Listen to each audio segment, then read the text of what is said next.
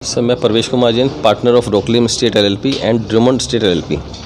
सिर्फ सर मामला यह कि हम सब ने मिलकर हमारे साथ कुछ इन्वेस्टर जुड़े हुए हैं। सब ने मिलकर आज से 6 महीने पहले Dwarka express sector 113 capital walk mall बन रहा है M3M का, उसमें कुछ दुकानें परचेज़ की थी। हमने उसके अंदर सारी जितनी भी उनके हिसाब से इन्वेस्टमेंट थी हमने पे कर दी थी। एज़ पर टर्म कंडीशन हम उनको हमारे को BBA एग्रीमेंट देने थे, पर कंपनी ने किस कारण से नहीं दी हमें नहीं पता, पर आज तक उन्होंने BBA एग्रीमेंट नहीं दिए। उल्टा वो बिना BBA की पेमेंट मांगती गई। हम लोग कहें पेमेंट रेडी है, आप पहले BBA कराइए, एज़ पर कंडीशन फिर सब पेमेंट आप पे आ जाएंगी। और हमने बीच में कुछ पेमेंट दी भी है, उसके बावजूद भी उन्होंने BBA ना करके उल्टा सारी दुकानें कैंसिल कर दी, जिसके लिए मैंने सिविल सूट फाइल किया हुआ है स्टे के लिए डिस्ट्रिक्ट कोर्ट के अंदर गुड़गांव में, जिसकी 5 तारीख विचाराधीन है। और हम लोग सब परेशान हैं कि हम जाएँ तो कहाँ जाएँ। तो कंपनी ने कारण क्या बताया कैंसिलेशन का? सर जिस BBA के लिए हम पिछले 6 महीने से चला रहे हैं, कंपनी ने सिर्फ एक लाइन लिख दी, जी हमने आपसे बहुत सारा कोटेशन किया और आपने BBA नहीं कराए। जबकि पूरे सिस्टम में कंपनी ने हमारे को एक सिंगल टाइम नहीं बोला, उल्टा हम उनको बोल रहे हैं, मेल पे भी बोल रहे हैं, चक्कर काट के बोल रहे हैं कि हमारे BBA कराए जाएँ। तो कंपनी से आपके M3M से संपर्क कैसे हुआ आपको इस? सर हमने कोई लिंक पे एक्सेप्ट किया था, गुड़गांव का बिल्डर के लिंक आते हैं डीलरों के, तो हमने उसके थ्रू हम वहाँ पे पहुँचे थे।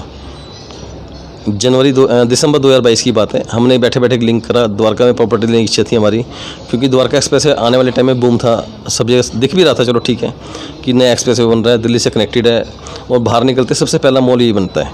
तो हमें सपने भी दिखाया गया, हमने देखे भी और हमने देखा भी कि हाँ भाई ठीक है, बट लेकिन हमें ये नहीं पता था कि कंपनी का अंदर से इतना बड़ा कोई उसके मन में खोट है या उसकी झोल है, हम उसी से परिचित नहीं थे। तो अब चाहते क्या हैं? कोर्ट में आप गए हुए हैं, तो चाहते क्या हैं कंपनी से? सर पिछले 15 दिन में कंपनी ने हमसे म्यूचुअल अंडरस्टैंडिंग करने की कोशिश करी, हमने आपस में एग्रीमेंट भी आदान प्रदान किए, उन्होंने हमें बना के दिया, हमें बना के दिया। कुछ कंडीशन थी, कंपनी ने हमारे को इस टाइम ब्लैकमेल करते हुए हमारी बातें हटा दी, हमने वही मान ली। उन्होंने जो दुकानें बेची हुई थी उसके बदले दूसरी दुकानें दी डेड लोकेशन की, हमने वो भी एक्सेप्ट कर ली कि चलो भी एक मैटर ख़त्म हो। बट लेकिन सब काम करने के बाद भी, 12 दिन चक्कर काटने के बाद भी, लास्ट में आगे जब साइन का टाइम आया तो कंपनी वाले गायब हो गए, हमारे फ़ोन उठाने बंद कर दिए। तब हमें लगा कि हमारे साथ कोई घोटाला या कोई गलत स्टेप हो रहा है, कि कंपनी हमारा टाइम किल कर रही है, ताकि हम कोई लीगल में दिमाग ना लगा के सेटलमेंट दिमाग लाएँ, क्योंकि हमारी डेट नज़दीक आ रही है, बुधवार की हमारी डेट है। तो आप कोर्ट में भी गए, तो कोर्ट का क्या कहना है इस बारे में? आपका क्या पोजीशन मिलेगा या क्या मिलेगा? सर लास्ट डेट पे कोर्ट के अंदर उनके कोई भी बड़ा एडवोकेट अवेलेबल नहीं था, ड्यू टू कि रूप बंसल जी अरेस्ट हुए थे उससे पहले दिन, वो लोग सब उसमें बिजी थे, तो उन्होंने नीचे कोई छोटे एडवोकेट भेजे थे अपने। उन्होंने ये कहा कि हम अगली डेट पर रिप्लाई देंगे, ये कह के उन्होंने डेट ले ली थी और उन्होंने कहा था हमने 8 दुकानें बेची हैं इसके अंदर से, ये कोर्ट में उन्होंने कहा था। अब उस 8 दुकान के बदले उन्होंने मेरे को 8 दूसरी दुकान देने की बात करी है और उन्होंने अपने खुद से MOU भेजा है, उसमें लिख के दिया है बाकायदा। बट लेकिन MOU की वैल्यू भी तब वो साइन करें, क्योंकि सबसे बड़ी दिक्कत क्या है, आज जो बोलते हैं वो कल भूल जाते हैं, परसों जो बोलते हैं तो कल भूल जाते हैं। आपने 55 दुकानों के लिए इन्वेस्टमेंट किया था, इतने बड़े इन्वेस्टमेंट का कारण क्या था? सर 55 दुकानों की इन्वेस्टमेंट मैंने खुद ने नहीं करी, मेरे साथ बहुत सारे लोग जुड़े हुए हैं। अब क्या होता है जी, आपस में ना सब लोग मिलके एक ग्रुप करते हैं, भी बाहर दिल्ली से बाहर का मामला है, चलो भाई एक आदमी जाएगा, 2 आदमी जाएंगे, इससे बेटर सब आदमी मिलके एक अच्छे मॉल में करते हैं, जहाँ पे कल को आने वाले टाइम में फ्यूचर अच्छा रहेगा। हमने पूछा कि जो इतने इन्वेस्टमेंट आपके साथ आपने किया है, तो इसके पीछे कुछ कारण रहा होगा कि हमें क्यों करा रहे हैं? सर ये जो इन्वेस्टमेंट करी है हमने, हमारे साथ नंबर ऑफ़ इन्वेस्टर आपस में मिले हुए हैं, जो वहाँ पे ट्रस्ट करते हैं, उन सब ने ही मिलकर करा हुआ है, हमने कोई अकेला नहीं करा हुआ। हमारा आगे आने का मतलब सिर्फ ये था कि चलो भी सबको हमारे पे ट्रस्ट है। अब 25 आदमी अलग अलग जाएंगे और इससे बड़े 2 आदमी जाएंगे, ज़्यादा अच्छा है।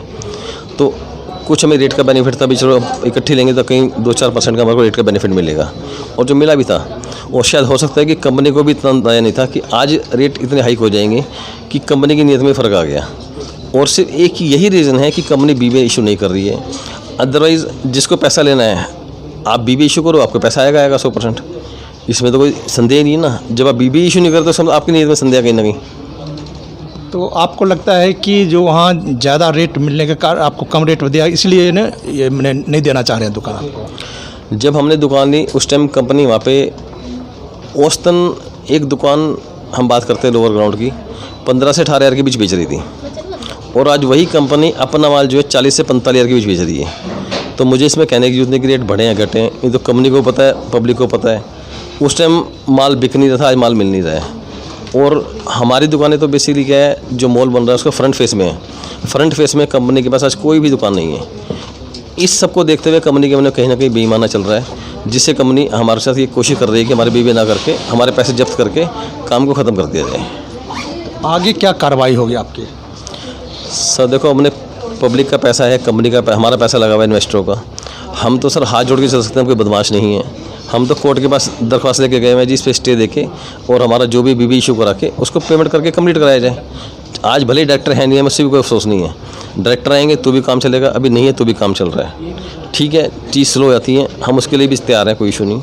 हमें अपना पैसा वापस नहीं चाहिए, हमें अपने बीवी एग्रीमेंट चाहिए, जो बनाए और अपना पैसा लेते रहे, हमें कोई दिक्कत नहीं है। जो होते हैं खून पसीने कमाई से लोग इन्वेस्ट करते हैं, जब उसको नहीं मिलता है तो लोग तो आगे जो इन्वेस्टमेंट है उनके लिए आपका क्या कहना चाहेंगे? सर मैंने बताया कि जैसे खून पसीने की कमाई होती है, आदमी ने लगाई हुई है, अब कहीं भी अनहोनी घट जाती है। अभी एक तरह से हमारे साथ अनहोनी घटी हुई है अभी। हालांकि आज के युग में इतना करना आसान नहीं है, लेकिन कुछ बिल्डर मार्केट में ऐसे हैं कि जो अभी भी ना गलत। इसके पीछे सर एक बात कहूँगा, अगर ये दुकानें हमने ली होती, आज रेट बढ़ने की वजह घट गए होते, यही बिल्डर हैं हमारे पास आते हैं, हमारे को फैसिलिटी देते, आप दुकान कैंसिल मत करो जी, आप ये इंटरेस्ट भी छोड़ देंगे जी, आप पेमेंट 2 साल बाद दे देना, तभी इनका व्यवहार ऐसा होता है। आज दुकानें नहीं हैं, रेट बढ़ गए हैं, आज इनका व्यवहार एकदम चेंज हो गया है कि अगर आप इन्वेस्टर आप भगाओगे तो आगे का इन्वेस्टर कहाँ से आएगा आपके पास? आप छोटे से कच्चे लालच के चक्कर में अपने इन्वेस्टर को ख़राब कर रहे हो। आगे नए नए प्रोजेक्ट ले रहे हो, आगे प्रोजेक्ट में इन्वेस्टर ही नहीं आएगा तो आप कैसे डेवलप करोगे? ऐसे तो कोई नहीं आएगा। एक अच्छे बिल्डर को ऐसा नहीं करना चाहिए।